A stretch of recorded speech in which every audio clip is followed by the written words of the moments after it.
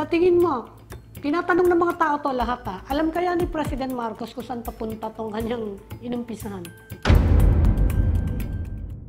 This is truth on the line. Ang sabi ng mga tao, kailangan yung testimony niya to pin down Martin Romualdez. And in fact, may tinuro na siya si Sandro Marcos, no? Pero si Martin yung tinuturo ng mga tao, being the speaker, mas mataas sa Appropriations Committee chairman. Sa tingin mo, kung hindi makukuha si Saldico, anong mangyayari dun sa, yun ang inaasahan ng mga tao Kailan niyo ba papayran ng kaso si Martin? May kaso kayang ma-build kung sakali, kung wala si Saldi? Yun nga yung tinanong natin kay Babe Singson kanina. Dahil nag-recommend sila ni Vince Dizon sa ombudsman na kasuhan si Speaker Martin. Sabi ni Speaker Martin, yung ebidensya nila na binigay sa ombudsman ay yung testimony ni Saldico at ni Gutesa. No? Yun ang sabi ng kampo ni Martin. Wala na bang iba? Yung sabi ni Babe Singson, didagdagan namin. I'm sure nung nagsampa sila ng kaso, meron pa silang ibang ebidensya na hindi nila nilaladlad pa sa publiko. Na pwedeng iladlad nila sa isang formal court process. No, dahil siyempre, ayaw din naman nilang warningan yung kakasuhan nila.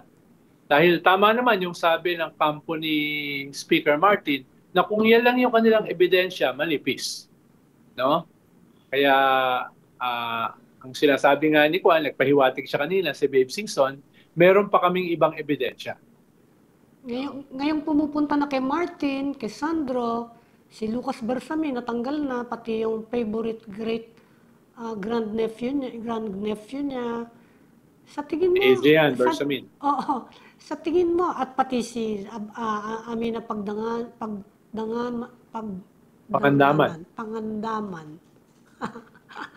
Sa tingin mo, tinatanong ng mga tao to lahat alam kaya ni President Marcos kung saan papunta tong kanyang inumpisahan? I doubt it. No? Baka nung sinimulan niya yung mahiya naman kayo campaign, nung nilabas niya yung 15 biggest contractors ng DPWH, nung itinayo niya yung isumbong niyo sa Pangulo, baka hindi niya sigurado hanggang saan yung binuksan niyang Pandora's box. No? Dahil, imagine mo, ngayon ako nakakita na halos sabay, natanggal yung Senate President at Speaker of the House. In my 40 years, ngayon ako nakakita ng ganyan. Sila yung pumapalakpak doon, di ba? Na nagmahiya naman kayo. Diba? Sila yung sa likod niya. Para yung sa likod, pumapalakpak. diba? Oo.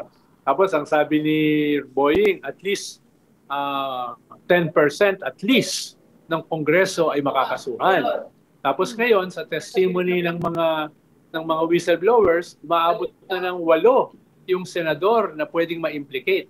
Perhaps even more. So, medyo medyo marami yan. No?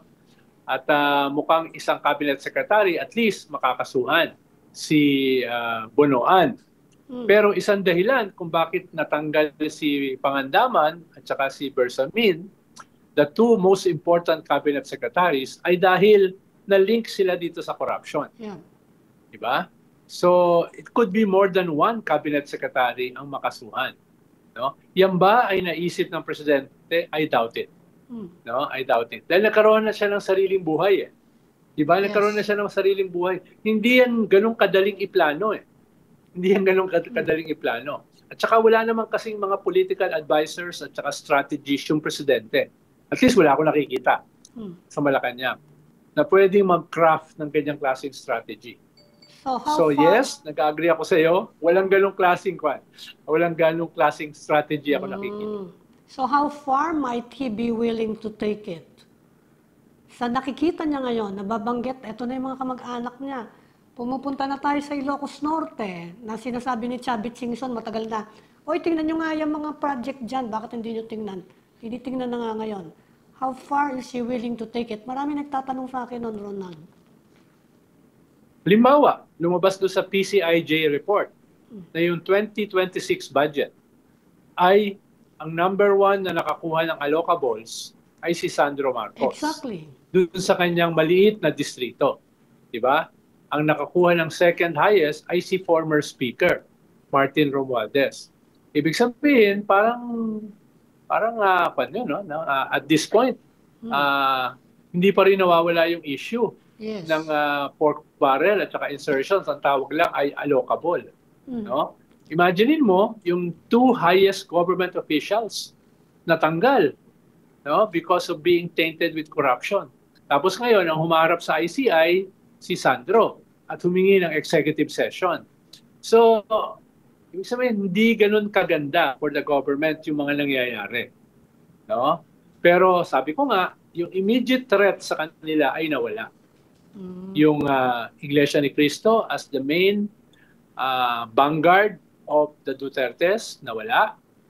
The military na ina-agitate to withdraw support from the president, nawala.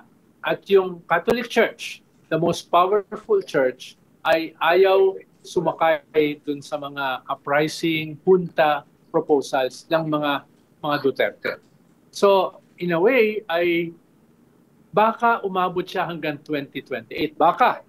No? Baka. Dahil yung mga destabilization parang for now ay hindi nagpa-prosper.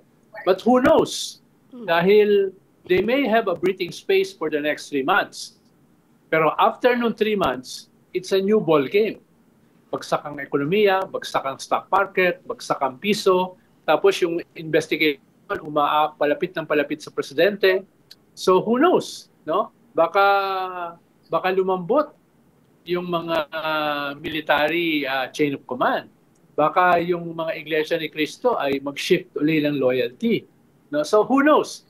Pero tingin ko for the next 3 months, medyo safe sila from any destabilization.